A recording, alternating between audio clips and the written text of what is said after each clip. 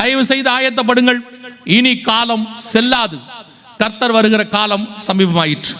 இவைகளுக்கு நடுவிலே தான் இந்த வசனத்தை வாசியுங்கள், முடிக்கிறேன். லூக்கா எழுதின சுவிசேஷம் 21ஆம் அதிகாரம் 28வது வசனத்தை வாசியுங்கள்.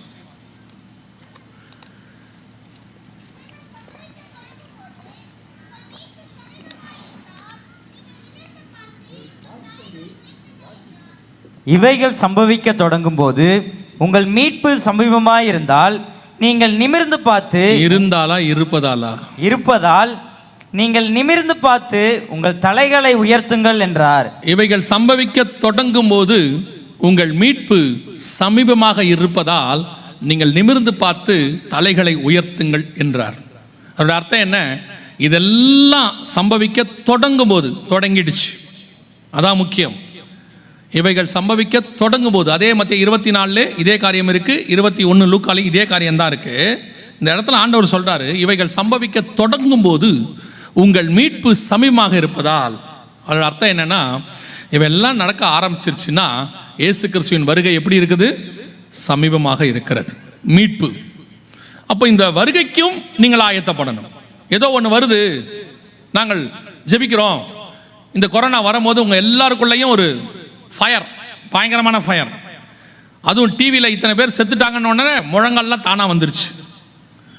அதுக்கப்புறம் தான் பாருங்க, அவருடைய நியூஸ் இன்க்ரீஸ் ஆக, டெத் ரோல் இன்க்ரீஸ் ஆக ஆக ஞானஸ்தானம் எடுக்கிறதுக்கு ரெடி ஆகிட்டீங்க. நீங்கள் ஃபோன் பண்ணி கேட்குறாங்க, பிரதர் எங்கேயாவது ஞானஸ்தானம் எடுத்துடலாமா? உடனே நான் கேட்டேன், எதுக்கு இவ்வளோ அர்ஜென்ட்டாக நீங்கள் எடுக்கணும்னு கேட்டேன்.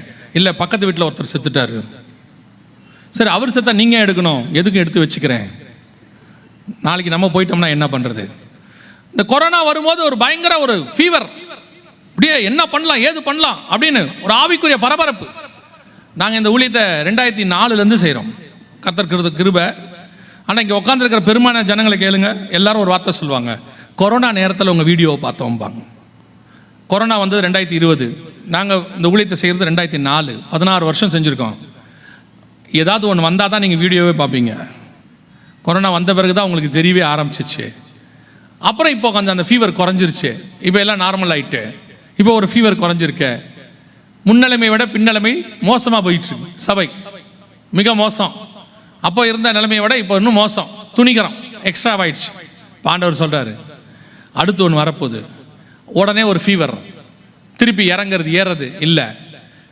இதுக்கு நடுவில் நினையாத நாளிகளே மனுஷகுமாரனுடைய வருகையும் சம்பவிக்கும். ஏதோ ஒரு பிரச்சனை வந்த உடனே ஆண்டவர்கிட்ட போயிட்டு பிரச்சனை முடிஞ்ச உடனே நார்மல் ஆகிறது அல்ல. இவைகளுக்கு நடுவில் நம்முடைய மீட்பும் சமமாக இருக்கு.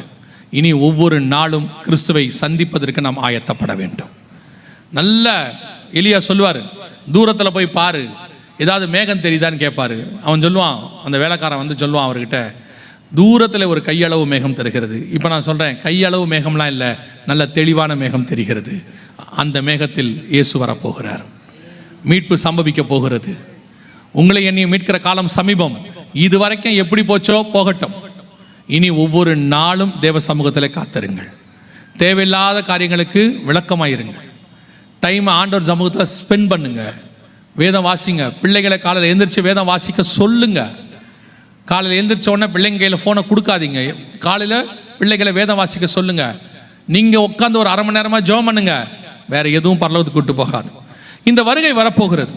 அந்த வருகையில் நான் போகணும் அப்படிங்கிற ஒரு வாஞ்சை வரணும், ஒரு எதிர்பார்ப்பு வரணும், ஆயத்தம் வரணும். ஆவியும் மனவாட்டியும் வா என்பார்களாக காத்திருக்குதல் வரணும்.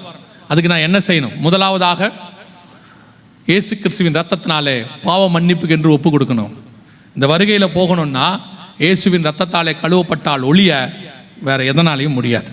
ஒரு சிலர் கேட்குறாங்க, கர்த்தர் கிருபை உள்ளவர் தானே, ஆண்டவர் எல்லாரையும் எடுத்துருக்க மாட்டாரா? ஆண்டவர் கிருபை உள்ளவர் தான், ஆண்டவர் எல்லாரையும் எடுக்க தான் விரும்புகிறாரு. ஆனால் கீழ்ப்படியாதவனை ஏன் எடுக்கணும்? இப்போ டாக்டர்கிட்ட போகிறீங்க, டாக்டர் நல்லவர் தான், ஆனால் டாக்டர் எழுதி கொடுக்குற வார்த்தையை நீங்கள் போடுவீங்களா மாட்டீங்களா? டாக்டர் வந்து படிச்சிருக்கிறாரு, சர்டிஃபிகேட் வச்சிருக்கிறாரு, ரொம்ப அன்பானவர், அதனால் அவர் எழுதி கொடுத்த ப்ரிஸ்கிரிப்ஷனில் உள்ளதான மாத்திரையை நான் வாங்க மாட்டேன், நான் போட மாட்டேன்னா உன் வியாதி சுகமாகாது. டாக்டர் அன்புள்ளவராக இருந்தாலும் அவர் சொன்னதை நீங்கள் கேட்கணும். அதே மாதிரி தான் தேவன் அன்புள்ளவர்.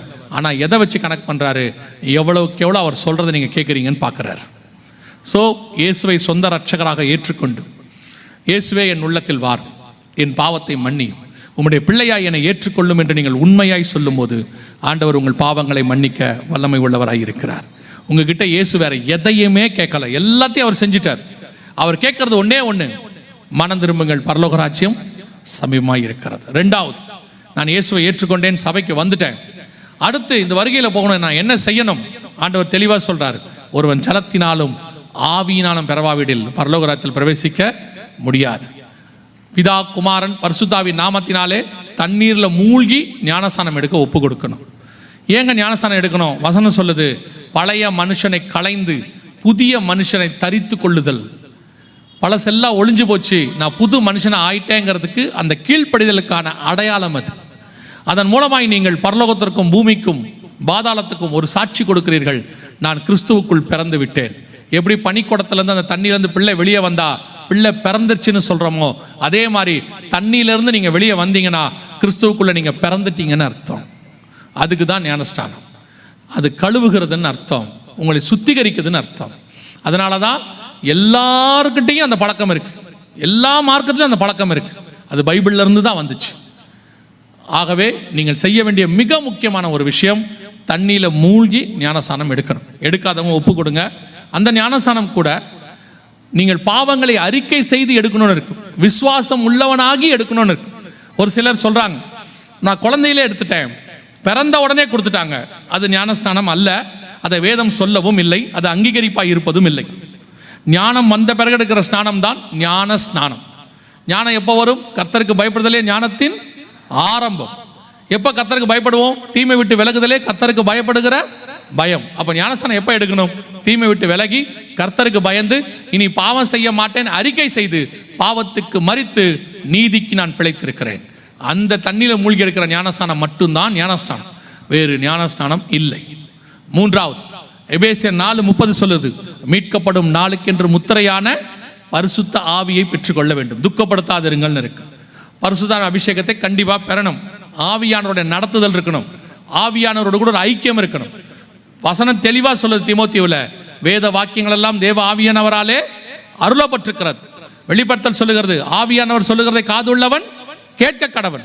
சிலர் சொல்லுவாங்க பரிசுத்த ஆவியானவர்லாம் கிடையாது, அப்படி ஒன்று இல்லவே இல்லை, அது ஒரு ஜஸ்ட் பவர் அப்படிம்பாங்க. ஆதியாகமம் 1ஆம் அதிகாரத்தில் ஆரம்பிக்கிற அசைவாடுகிற ஆவியானவர் வெளிப்படுத்தின விசேஷம் 22 வரைக்கும் ஆவியும் மனவாட்டியும் வா என்பார்களாக. ஸோ பைபிள் முழுக்க ஆவியானவரால் தான் இருக்கு. ஸோ ஆவியின் அபிஷேகத்தை, பரிசுத்த ஆவியானோட அபிஷேகத்தை நீங்கள் பெற்றுக்கொள்ள வேண்டும். இன்னும் ஒன்று இருக்கிறது, மிக முக்கியமாக நீங்கள் செய்ய வேண்டியது, சுவிசேஷம் அறிவித்தல் உங்கள் மேல் விழுந்த கடமை. போய் நீங்கள் சுவிசேஷம் அறிவிக்கணும். இன்னைக்கு ஆண்டவர் உங்களுக்கு சொல்லிட்டாரு, இன்னும் ஒரு காலம் வருது, நீங்கள் கிரியை செய்ய முடியாத காலம் ஒன்று வருகிறது. இப்பவே நீங்க கிரியை செய்யணும். ஒரு கூட்டம் நினைச்சுக்கிட்டு இருக்கு, என்ன நினைச்சிட்டு இருக்கு தெரியுமா? பரவாயில்ல, இந்த மாதிரிலாம் நடந்தாலும் பரவாயில்ல, இப்பவே நம்ம ஆன்லைனை ரெடி பண்ணிடுவோம். திருப்பியும் சொல்றேன், நீங்க நம்புகிற ஆன்லைன் இருக்காது, கொஞ்ச நாளைக்கு வேலை செய்யாது, கொஞ்ச நாள் இன்டர்நெட் இருக்காது, கொஞ்ச நாள் பாதிக்கப்படும், மிகப்பெரியதான காரியங்கள் நடக்கும். ஆன்லைன்ல எல்லாம் நினைச்சுக்கலாம் நடக்காதீங்க. இப்பவே செய்ய வேண்டிய காரியத்தை செய்யுங்க. இன்றைய ரட்சண்ய நாள், பின்னாடி வந்தா பார்த்துக்கலான்னு விடாதீங்க. நீங்க நினையாதது ஒன்று வருது. அதனால தயவு செய்து இப்பவே சுவிசேஷம் சொல்லுங்க. ஆயத்தப்பட வேண்டிய வேலைகளை ஆயத்தப்படுத்துங்க. ஜனங்களை எவ்வளவுக்கு எவ்வளவு சுவிசேஷம் சொல்ல முடியுமோ சொல்லுங்க. காரணம், உங்களோடு கூட பரலோகத்துக்கு வரப்போகிறது பூமியிலிருந்து எதுவும் வராது, நீங்கள் சம்பாதிக்கிற ஆத்மா மட்டும் வரும். அதுதான் பரலோகத்தில் உங்கள் சொத்தாக இருக்க போகிறது. உங்க கூட இருக்கிற, உங்க கூட பிறந்தவங்க, நண்பர்கள், வேலை செய்கிறவங்க, இவங்களுக்கெல்லாம் சுவிசேஷம் சொல்ல வேண்டியது உங்களுடைய பொறுப்பு. நான் விசுவாசிக்கிறேன், இந்த பெரிய கூட்டம் மட்டுமே கர்த்தருக்கு ஒப்பு கொடுத்து சுவிசேஷம் அறிவிக்க புறப்பட்டால் இந்த மாவட்டம் முழுவதும் ஒரு தடவை கண்டிப்பாய் சுவிசேஷம் சொல்லிவிடலாம். அதற்கு பேர் தான் ரிவைவல். ஒரு தீர்மானம் நீங்கள் எடுக்கணும். ஆண்டவரே, என்னால் முடிஞ்சதை நான் சொல்லுவேன். நீங்கள் அத்தனை பேரும் சொல்லி பாருங்க, நீங்கள் தான் தமிழ்நாட்டுக்கே மாடலாக மாறிவிடுவீர்கள். உங்களை பார்த்து எல்லாரும் சொல்லுவாங்க, அந்த சிவகாசி மக்கள் மாதிரி நாமளும் சுவிசேஷம் சொல்லணும்னு. அந்த இடத்திற்கு கர்த்தர் உங்களை சாட்சியாய் நிறுத்த வல்லமை உள்ளவராய் இருக்கிறார். அல்லேலூயா. ஒருமனப்படுங்க. இந்த பாகுபாடு எல்லாத்தையும் தூக்கி அடிங்க. படித்தவன், படிக்காதவன், பணக்காரன், ஏழை, அவர் அதில் ஓனரு, எது வேலைக்காரரு, எல்லாத்தையும் தூக்கி போடுங்க. என்ன ஜாதி, அந்த ஜாதி, இந்த ஜாதி, அந்த குப்பையை தூக்கி போடுங்க. இது ஒருமனப்பட்டு கூடி செய்ய வேண்டிய நேரத்துக்கு வந்துட்டோம். இப்ப சபைகள் எல்லாம் சேர்ந்து செய்ய வேண்டிய நேரம். ஊழியக்காரங்களுக்கு சொல்றேன், தயவு செய்து சொல்றேன், அவர் எக்ஸ்பீரியன்ஸ் உள்ளவர், இவர் எக்ஸ்பீரியன்ஸ் இல்லாதவர், அவர் சின்ன பையன், அவர் வேற ஜாதிக்காரரு, இந்த மண்ணாங்கட்டியெல்லாம் தூக்கி போட்டுட்டு ஒருமனப்பட்டு கை பிடிங்க.